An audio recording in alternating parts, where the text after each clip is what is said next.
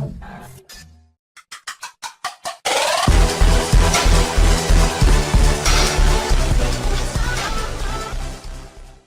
map of the world is a lot stranger than you think it is, especially this map. You've probably seen it a lot in classrooms or office buildings, but this map is extremely, very badly wrong. As we can all hopefully agree upon, the Earth is a sphere, and that means that it is impossible to accurately depict her surface on a two-dimensional map. This particular common map is called the Mercator Projection, and if you'd like to experiment with countries for yourself, please go to this website called thetruesize.com after this video to see what I'm talking about. Let's take the US state of Wyoming as an example. Under the assumption that Wyoming is actually a real place and not a land full of tumbleweeds with a population less than downtown Baltimore, this example will work perfectly because of the state's square shape.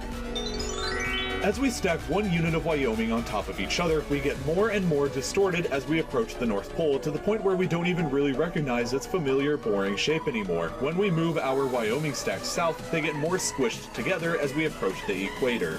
This will happen with every other landmass in the world, but first, let's take a look at some other US states. They say that everything is bigger in Texas, but what is Texas itself bigger than? Moving the borders over to Europe, the answer may surprise you. Texas is much bigger than Spain and Portugal put together, and is also even bigger than France. But Texas is only the second biggest US state behind Alaska, which seems absolutely gargantuan at the top of our map. But while Alaska is large, it isn't that large. Taken down to the US mainland, it compares like this, and taken to Europe, it looks like this. And while we're here in Europe, let's take the time to understand how much bigger Europe seems than what it actually should be. Let's start by taking France and moving it down to Africa to get our first glimpse at this. The United Kingdom seems pretty large as well, but let's take India and move it over to see just how small it really is. The United Kingdom is actually smaller than quite a lot of places in the world that you might not expect. Places like Japan, the Philippines,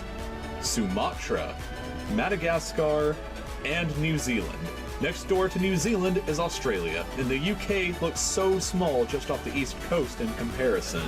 And Australia, in fact, is much bigger than most people believe it to be. It can be placed to cover almost the entire continental US. Interestingly, the combination of the following countries will not cover that same area: Portugal, the Netherlands, Estonia, Albania, Hungary, Belgium, Bosnia and Herzegovina, Austria, Croatia, Latvia, the Czech Republic, Serbia, Switzerland, Slovakia, Lithuania, Denmark, Ireland, Greece, Bulgaria, Romania, the United Kingdom, Italy, Germany, France, Spain, and Norway. And that's not even factoring in big but not too big Alaska to the north. Between Alaska and the United States is Canada, which also seems huge up here. And while Canada is a very large country, it's actually roughly the same size as China, but still looks like a colossus when placed in Europe, where it stretches from east to west to Portugal to Iran and up north into the Barents Sea just above of Russia. Slightly off topic, Japan is another bigger place than most people believe it to be. If Japan were placed off the US East Coast, it would look like this in comparison.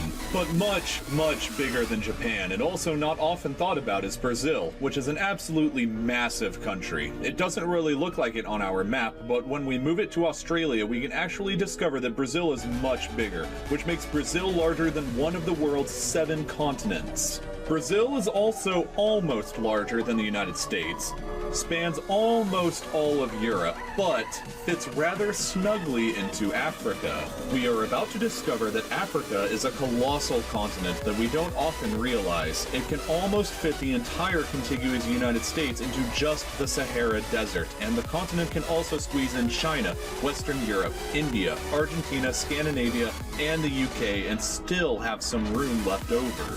Russia is another place that looks pretty big at the top of the map, but dropped down next to Africa, she also seems much smaller than what our map was telling us beforehand.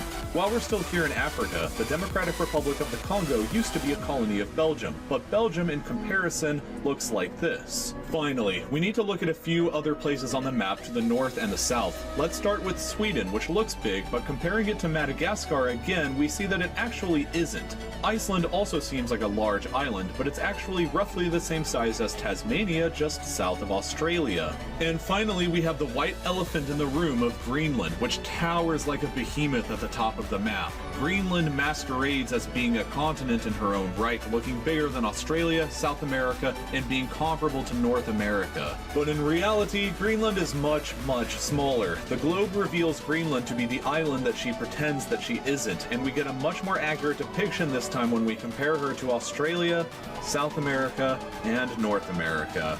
And of course, we can't forget about the most shy continent in the world that everybody always forgets about, Antarctica, who spends her time hiding away at the bottom of the map. Most people don't truly have a good understanding of the size of Antarctica, which could probably go either way between being larger or smaller than you think. But the truth is, Antarctica is a huge continent. It is much bigger than Australia. It can stretch all the way from Kiev to Uganda, and incredibly, can be placed between the southernmost tip of Texas in the United States and stretch all the way into the northernmost islands of Canada. There are many more examples like this, but you've probably understood the point by now. The world is both a bigger place and a smaller place than you previously thought it to be.